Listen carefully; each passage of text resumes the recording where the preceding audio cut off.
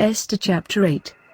On that day did the king Ahasuerus give the house of Haman the Jews enemy unto Esther the queen. And Mordecai came before the king, for Esther had told what he was unto her.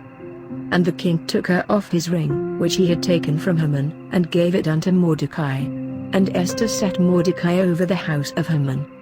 And Esther spake yet again before the king, and fell down at his feet, and besought him with tears to put away the mischief of Haman the Agagite, and his device that he had devised against the Jews. Then the king held out the golden sceptre toward Esther.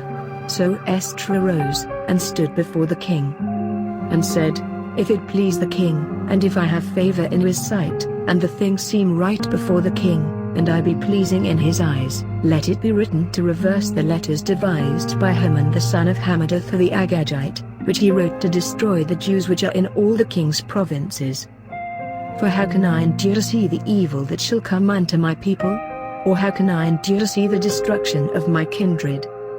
Then the king Ahasuerus said unto Esther the queen and to Mordecai the Jew, Behold, I have given Esther the house of Haman, and him they have hanged upon the gallows, because he laid his hand upon the Jews.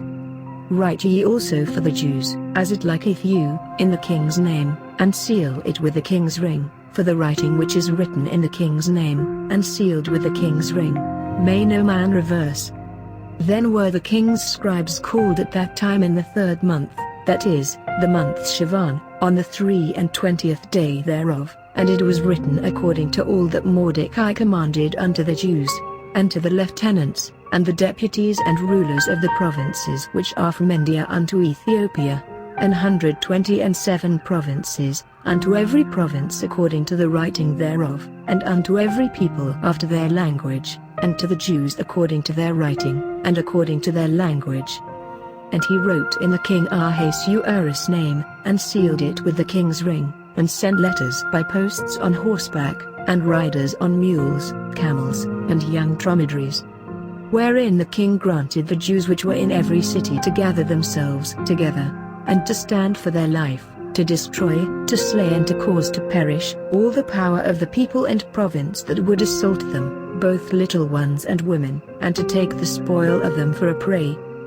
Upon one day in all the provinces of King Ahasuerus, namely, upon the 13th day of the 12th month, which is the month Adar, the copy of the writing for a commandment to be given in every province was published unto all people, and that the Jews should be ready against that day to avenge themselves on their enemies.